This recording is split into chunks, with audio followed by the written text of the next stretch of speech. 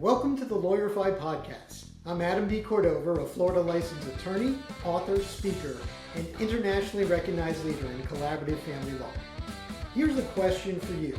What would your life look like if you never had to work another billable hour?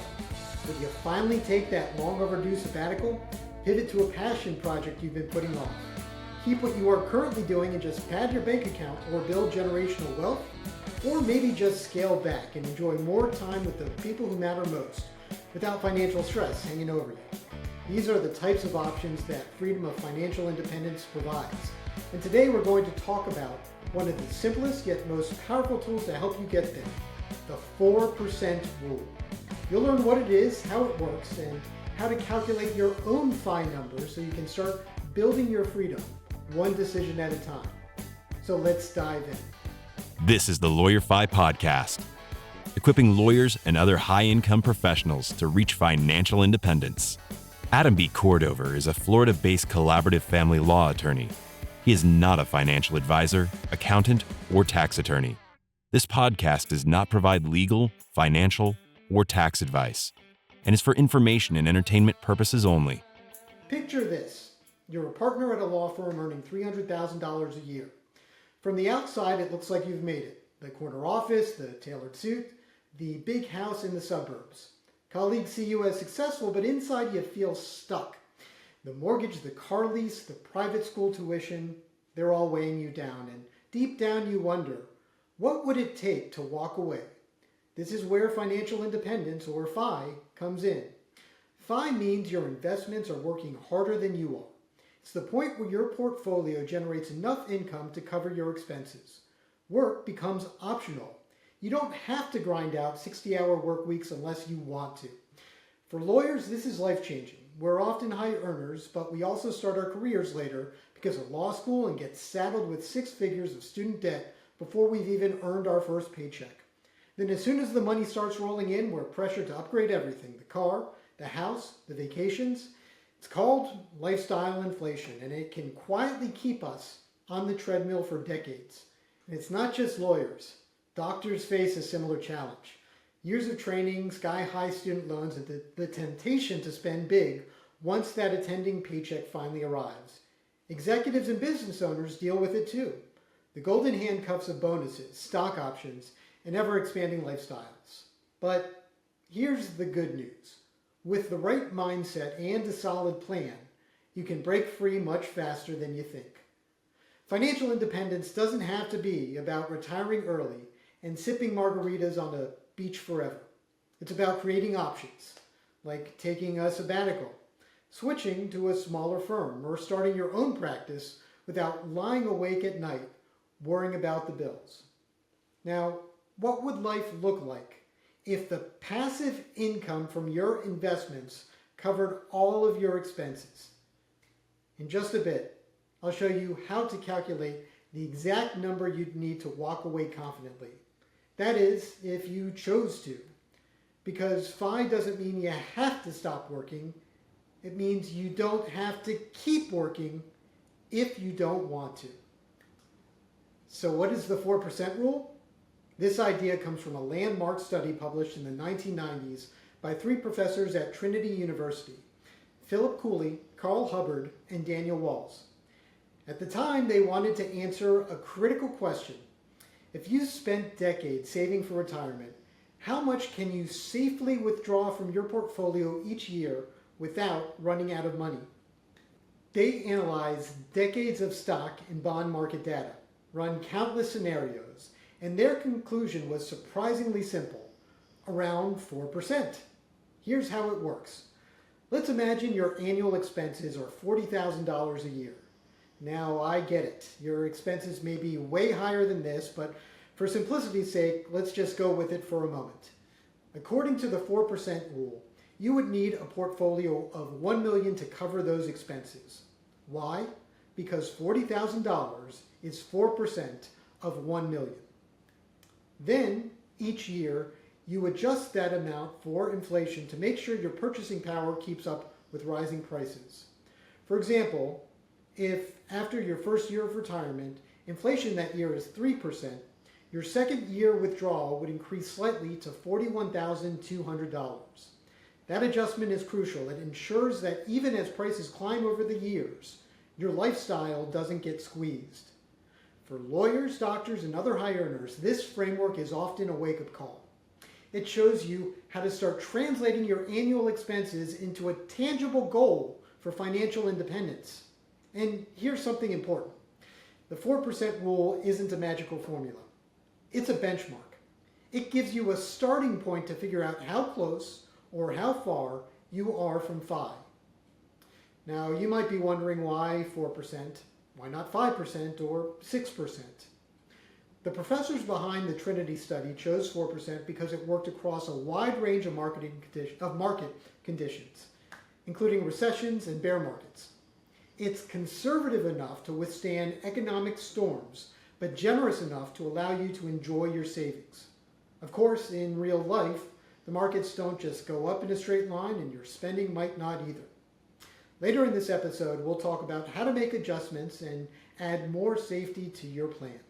And in the next section, we'll explore how to apply this rule at different spending levels so you can start picturing your own FI number. Now let's take that simple example and make it real for you.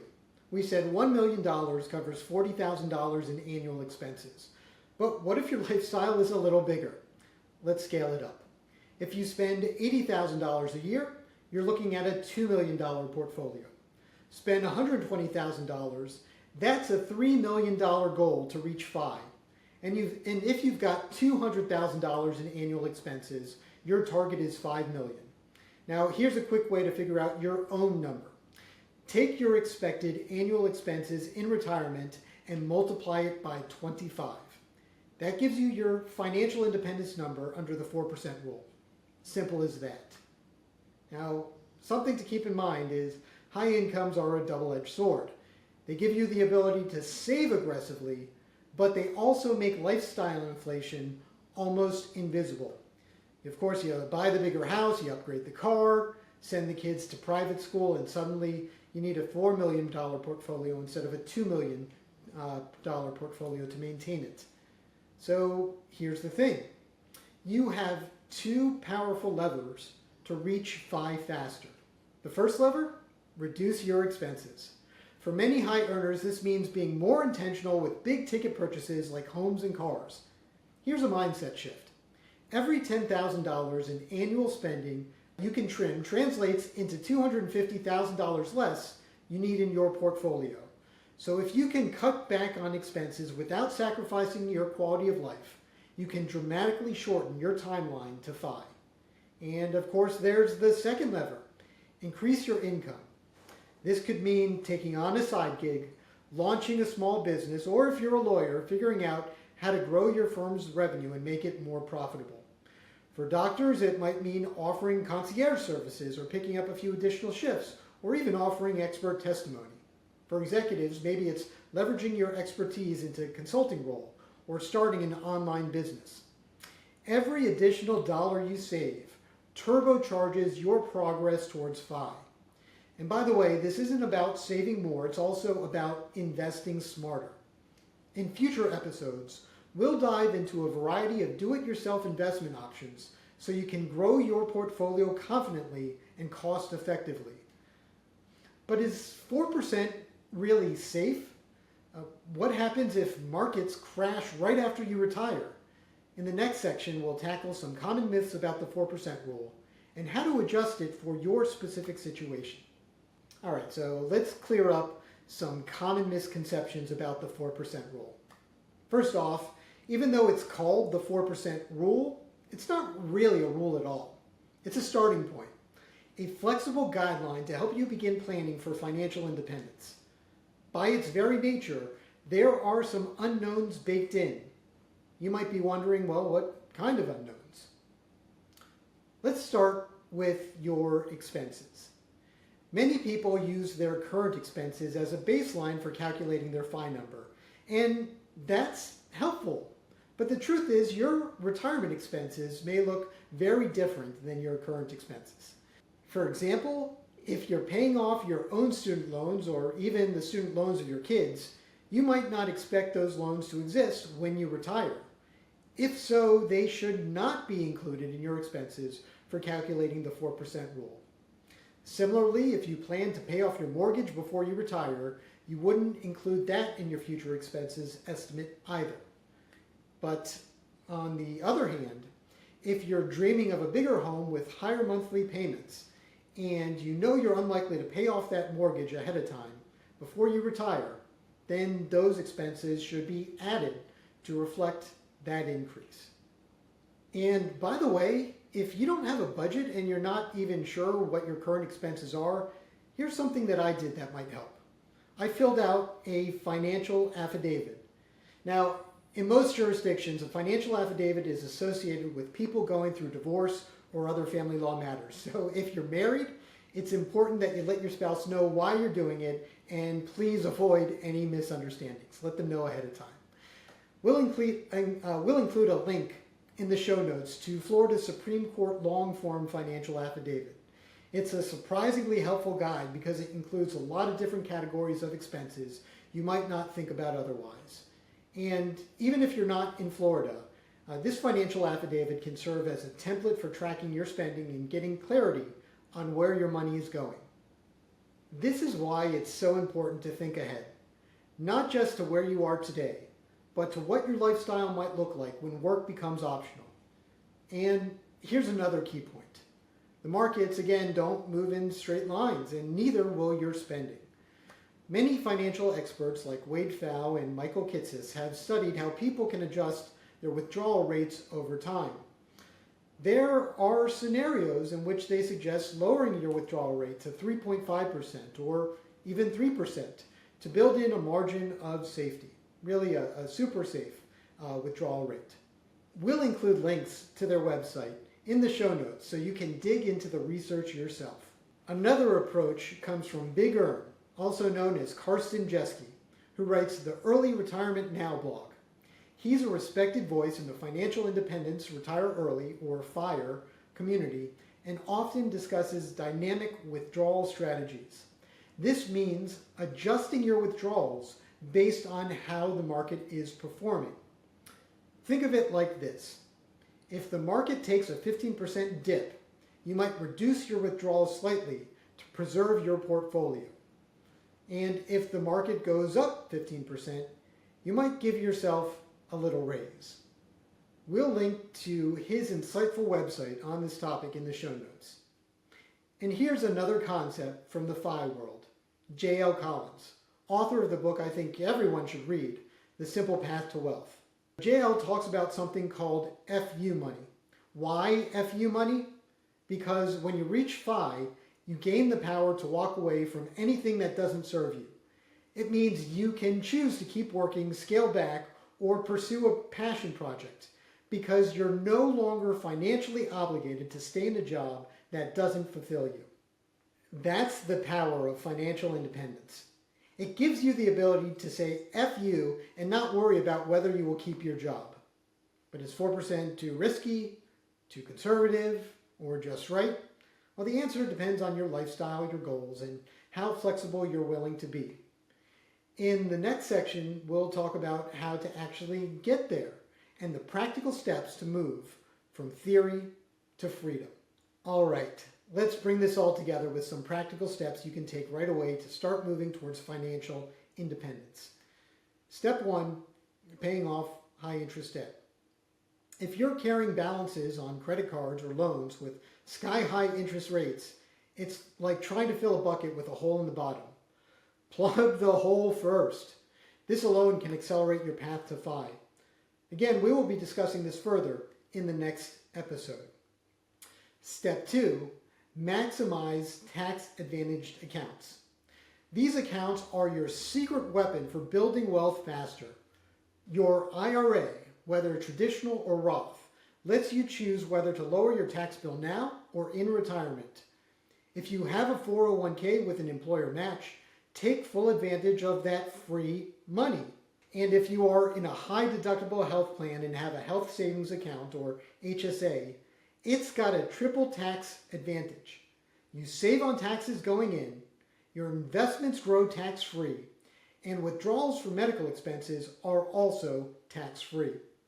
We'll take a deeper dive into each of these in future episodes, but for now, remember, the more you can shelter your savings from taxes, the faster you'll build momentum.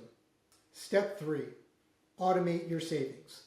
Ramit Sethi, author of I Will Teach You to Be Rich, recommends setting up automatic transfers so saving isn't a decision you have to make every month. It just happens. This simple system can make a huge difference for busy professionals like lawyers, doctors, and executives. Step 4. Track your progress. You could use a simple net worth tracker, such as Empower, to see how every dollar saved moves you closer to FI. You could also just set up a spreadsheet and do this manually. Watching your progress snowball can be incredibly motivating. A link to Empower will be in the show notes. Step 5. Consider raising your rates. For my lawyer listeners, when was the last time you raised your hourly rate? Does your current rate truly reflect your value to the client? This is a strategy that's discussed often in the Atticus Lawyer Coaching Group. Even a modest increase, say $25 per hour, can make a significant difference in your annual income, especially if you're a solo practitioner or own your own firm. We'll include a link to Atticus in the show notes if you want to learn more about their approach to building a more profitable and balanced law practice. Step 6. Look for quick wins. Audit your recurring bills, things like insurance premiums, phone plans, and subscription services. Ramit Sethi also recommends calling providers to negotiate lower rates. These adjustments add up faster than you think, and here's the key. You don't have to do everything at once. Start with one step. Each small change you make builds momentum, and that momentum is what carries you to financial independence. In future episodes, we'll take a closer look at DIY investing options so you can grow your portfolio confidently and cost effectively. So today we covered a lot of ground. We broke down the 4% rule, explored how to calculate your FI number, and shared actionable steps to start moving toward your goals. And that's what we are trying to provide you with. Options. Imagine waking up one morning and knowing you work because you want to, not because you have to. If this episode gave you a spark of insight, subscribe to the LawyerFi podcast and share it with a colleague or friend who's ready to take control of their finances too. And if you've got a moment, please, it'd be helpful to leave a rating or review. It really helps other high earners like yourself discover these strategies. Now remember, financial independence isn't just a dream. Now let's go achieve it.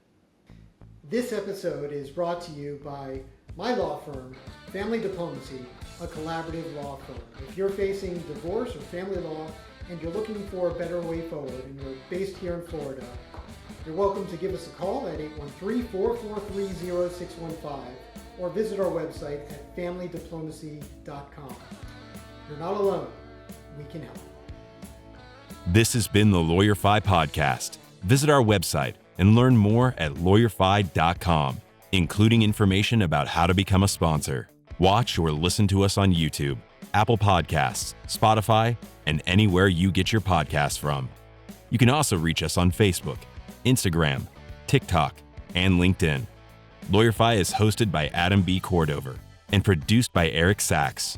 Original music is by Jake Biller. Adam B. Cordover is a Florida-based collaborative family law attorney.